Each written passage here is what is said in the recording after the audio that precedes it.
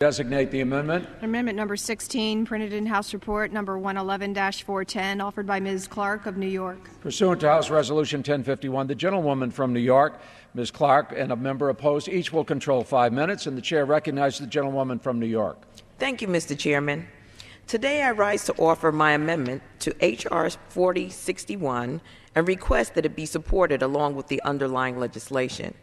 I first want to commend Chairman Gordon, Ranking Member Hall, and Representative Lipinski, as well as Representative McCall, for their leadership in bringing this important bipartisan bill to the floor today and for supporting this amendment. The federal government currently relies heavily on contract employees for critical cybersecurity functions. For instance, according to the Department of Homeland Security's Inspector General, contractors accounted for 83% of the total staff of the department's Office of the Chief Information Officer.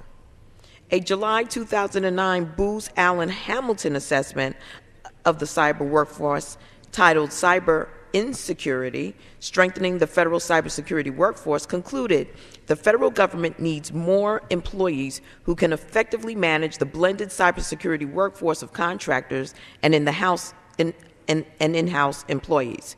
Clearly, any assessment of the cybersecurity workforce should include an analysis of contract employees who perform cybersecurity functions for the government. My amendment to H.R. 4061, the Cybersecurity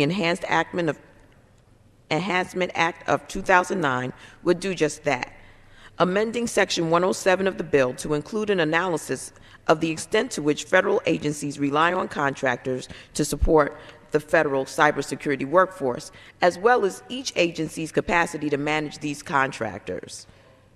The amendment is not intended to judge whether federal cybersecurity functions should be performed by government or contractor employees. It simply requires that these considerations be included in the workforce study.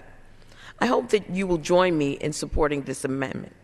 I'd just like to add that as chair of the Subcommittee on Emerging Threats, Cybersecurity, and Science and Technology, I have become intimately aware of the cybersecurity challenges we face in the 21st century. I initially offered several other amendments which address a wide variety of challenges we face and will work to address these issues through my subcommittee. And, Mr. Chairman, I reserve the balance of my time. The gentlelady reserves. For what purpose does the gentleman from Texas rise? Mr. Chairman, I rise to claim time in opposition to the amendment, but I'm not opposed to it. The gentleman, without objection.